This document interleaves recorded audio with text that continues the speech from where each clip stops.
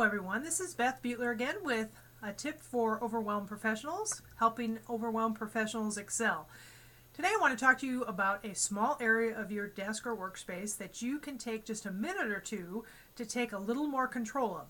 You may feel like, why bother doing anything to straighten up one small area of my desk? Well, it can be empowering to just know that you've cleaned out one thing, and it may give you motivation and momentum to do some more.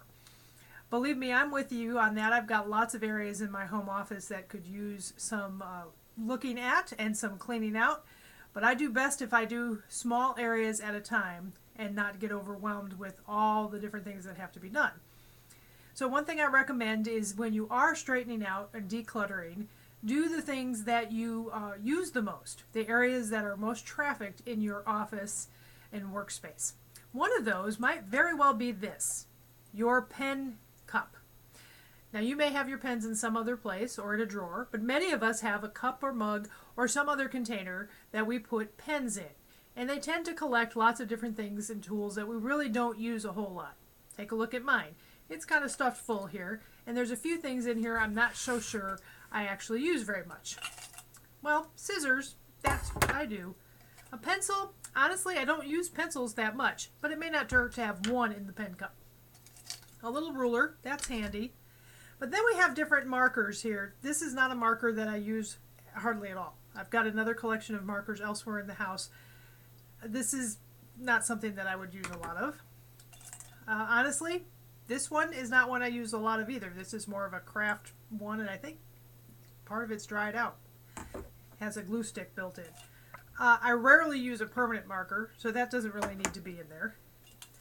And these kinds of pens, honestly, I've gotten to the point in life where I have favorite pens. Maybe you do too.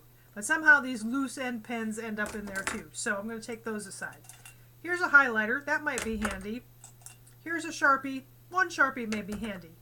And then I've got some of my favorite pens that are gel pens of different colors. Those I think I will keep. And I have a dry erase marker here. I actually have several of those because I use whiteboards, but that's a tip for another time. I think I'm going to put that in the container with the dry erase markers, which is elsewhere on my desk.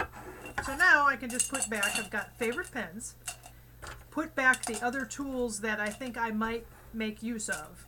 And I've eliminated about 4 or 5 loose end pens and things that I don't use every day.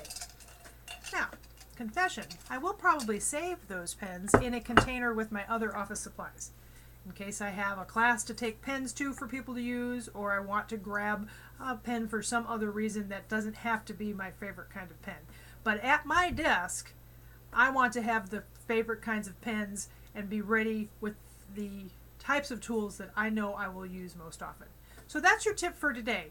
Nothing too dramatic, just take a couple minutes to clean out your pen cup. It may surprise you how having order in that one area of your life will help you feel a little less stressed and overwhelmed today.